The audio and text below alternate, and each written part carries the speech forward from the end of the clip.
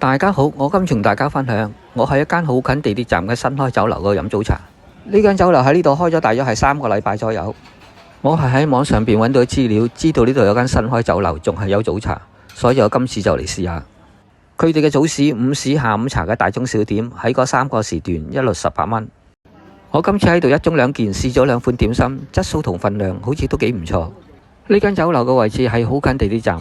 由地鐵站口步行到過嚟呢間酒樓嘅樓下，大約係2分鐘左右。我嚟到嗰陣時已經係過咗朝頭早嘅10點半，我跟住行入去攞翻個位飲茶。未有位啊？幾多位啊？一個人啊？係咪要搭台㗎？一個人？一個搭台啊！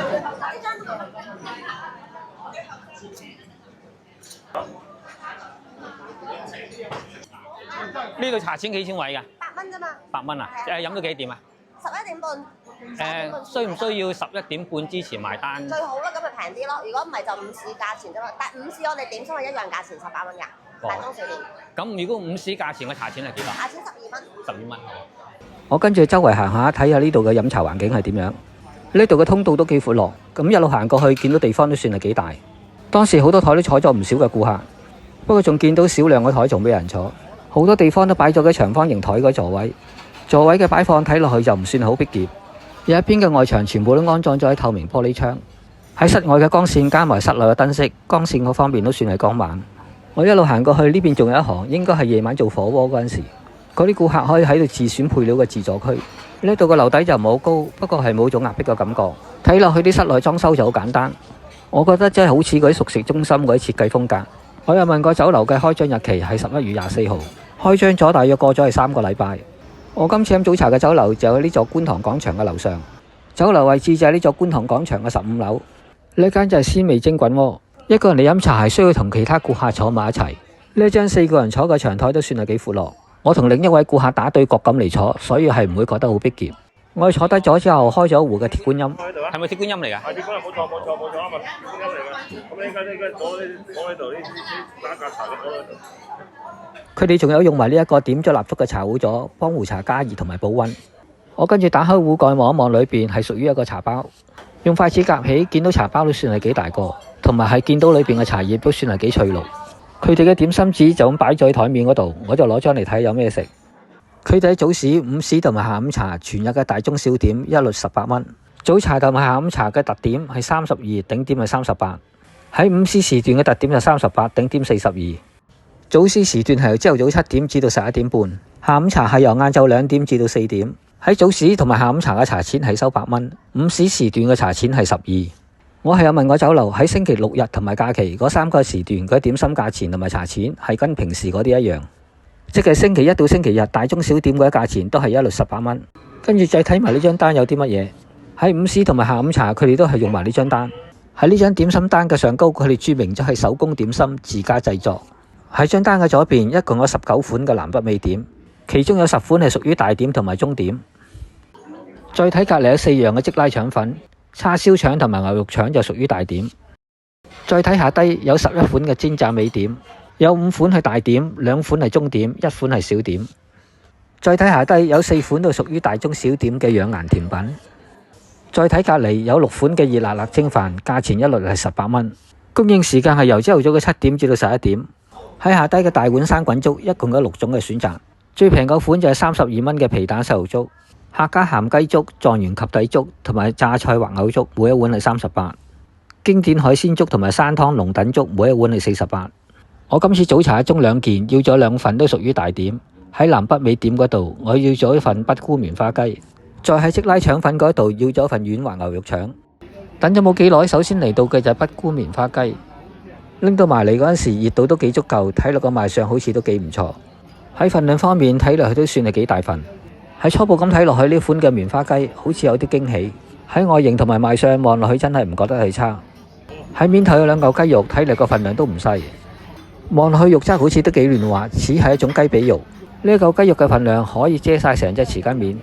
用筷子夾起魚肚嗰陣時，覺得幾有彈性，同埋係索滿咗好多汁。魚肚嘅數量一共係有3件咁多。同埋每一件嘅份量睇落去都算係足夠，放喺匙羹面嗰度嚟睇，覺得佢都算係幾厚身。喺下低墊底有一片幾大下嘅冬菇，同埋係有3嚿嘅芋頭用埋嚟做墊底。將件芋頭擺喺匙羹面嗰度嚟睇，覺得算係幾大嚿。我用匙羹將嚿雞肉整去兩邊，見到肉質嗰方面睇落好似都唔錯。喺入口嗰陣時，嗰個雞肉都算係幾嫩滑。雞嘅味道，我覺得應該係屬於雪藏嘅肉類。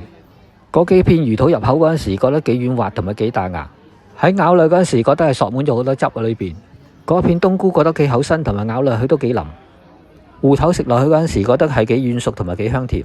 呢一份北菇棉花雞質素同埋份量方面，整體嚟計都算係唔錯。跟住嚟埋嘅就係軟滑牛肉腸。嚟到嗰陣時，我都係一樣咁叫阿姐將啲豉油分開上。呢度供應豉油係我第一次見到係熱辣辣，仲喺度飆緊煙。呢碟腸粉係分開咗6件，睇落去每一件都有唔同嘅大細。喺中間部分用塞滿咗好多牛肉，睇嚟有種脹卜卜嘅外形。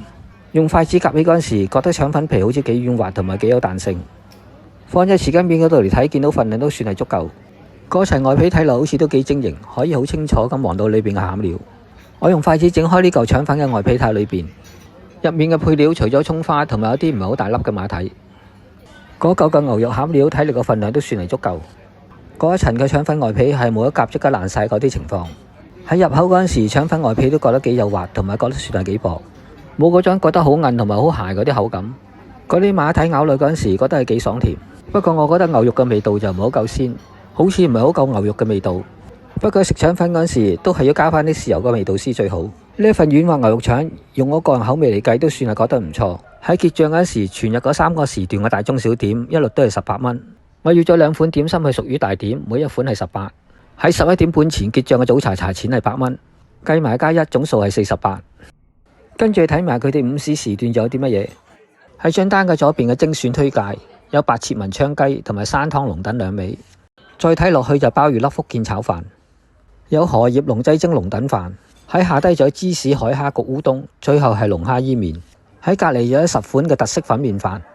喺下低嘅特色小食一共係有10種嘅選擇。喺張單嘅右邊一共有13款嘅廚王小菜。最後睇埋下低嘅海鮮小菜，一共係8種嘅選擇。喺午市時段佢仲有呢一張有2種唔同價錢嘅1人套餐。佢哋嘅午市自選燉湯套餐係分咗58同埋68兩種價錢。呢2款自選1人套餐係會有原中養顏燉湯。58價錢嗰種先喺6款嘅蒸飯裏邊選擇一款，68嗰隻就喺6款嘅炒粉麵飯嗰度選擇一款，跟住再喺下低嗰16款點心裏邊再選一款。喺張單嘅最下低有午市特價粉麵推介，一共有6種嘅選擇。最後係講交通，我坐地鐵嚟到呢個觀塘站，再喺呢個 B 嘅出口靠住左邊向前直行，行前多少少，跟住係靠住左邊嘅通道行入去。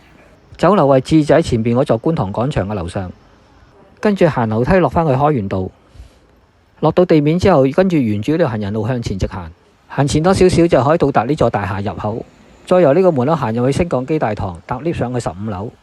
喺地鐵站口步行到過嚟呢度，大約時間係2分鐘。上到嚟15樓，呢間就係我今次飲早茶嘅酒樓鮮味蒸滾鍋，地址喺觀塘開源道68號，觀塘廣場15樓。各位，呢條影片就同大家分享到呢度，喜歡呢條影片嘅朋友請俾個 like我，仲未訂閱嘅請撳埋訂閱掣啊！下一條影片見。